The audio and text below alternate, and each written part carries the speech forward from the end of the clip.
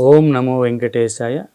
అఖిలాండకోటి బ్రహ్మాండ నాయకుడికి సాష్టాంగ నమస్కారం చేస్తూ, అన్నమాచార్యుల వారు మనకు అందించినటువంటి 32,000 సంకీర్తనల్లో కొన్ని సంకీర్తనలను ప్రేక్షకుల ముందుకి తీసుకొస్తున్నాం. ప్రేక్షకులు ఆ సంకీర్తనలు విని శ్రవణానందం చేసి భగవంతుని ఆ సంకీర్తన రూపంలో సేవించుకుంటారని కోరుతూ, ఈ యొక్క మేము కీర్తి గానం చేసినటువంటి సంకీర్తనలను మా శిష్యురాలైనటువంటి శివనాగలక్ష్మి గారు మనందరికీ భావంతో మీ ముందు ఉంచుతారు, ఆనందిస్తారని కోరుతూ ఓం నమో వెంకటేశాయ.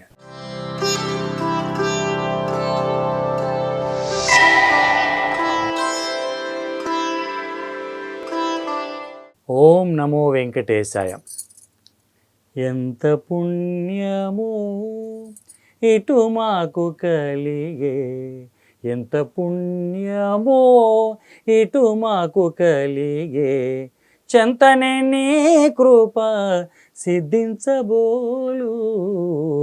ఎంత పుణ్యమో ఇటు మాకు కలిగే, చెంతనే నీ కృప సిద్ధించబోలు. ఎంత పుణ్యమో ఇటు మాకు కలిగే.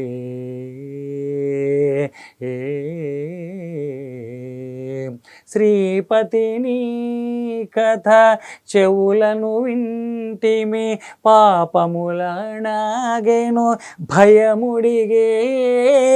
శ్రీపతిని కథ చెవులను వింటిమి, పాపములనాగెను భయముడిగే.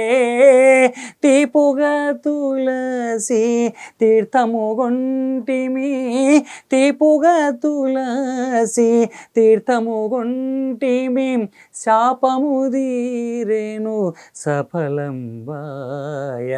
తీపుగా తులసి తీర్థము గొంటిమి, శాపము దీరెను సఫలం బాయ. ఎంత పుణ్యమో గోవిందా మేము కనుగొంటిమి, ఇప్పుడే పావనమైతిమి బ్రతికితిమి. గోవిందా మేము కనుగొంటిమి, ఇప్పుడే పావనమైతిమి బ్రతికితిమి. తావులమి పాదాలకు మ్రోకితి, తావులమి పాదాలకు మ్రోకితి, వేవేలు కలిగేను వేడుకలాయ. వేవేలు కలిగేను వేడుకలాయ. ఎంత పుణ్యమో ఇటు మాకు కలిగే, చెంతనే నీ కృప సిద్ధించబోలు.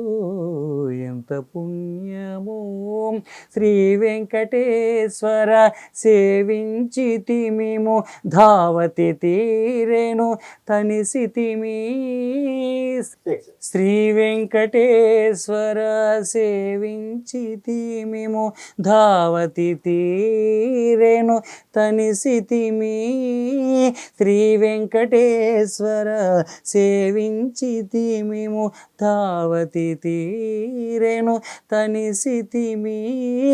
వావిరి ముమ్మారు పలగొని వచ్చితి, వావిరి ముమ్మారు పలగొని వచ్చితి, వేవేలు కలిగేను వేడుకలాయ.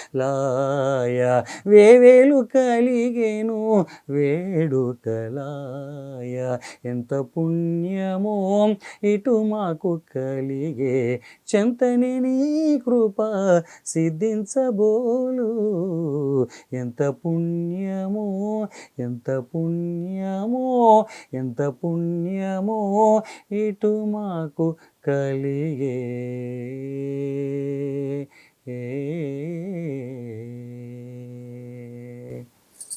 ఓం నమో వెంకటేశాయ.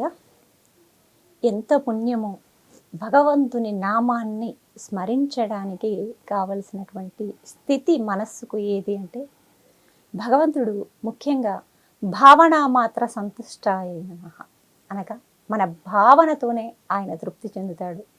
అది ఎలా భావించాలి అంటే, అన్నమాచార్యుల వారు తెలియజేస్తున్నారు, సకలమంతా పరివ్యాప్తమై ఉన్న పరమాత్మను దర్శించాలి అంటే ప్రతి జీవిలో దర్శనం చేస్తూ ప్రతి జీవి పాదాలు శ్రీవారి పాదాలుగా మనస్సు ఎప్పుడు పొంగిపోతుందో అలాగే నామానికి నామికి తేడా లేదు. గోవింద అని నామస్మరణ చేసినప్పుడు ఆ గోవిందుడు నా నాలుకపై నాట్యమాడుతున్నాడు అనే భావనతో ఉప్పొంగినప్పుడు మనస్సు పొందే పరమానందమే పరమాత్ముణ్ణి చేరే నిజమైన స్థితి.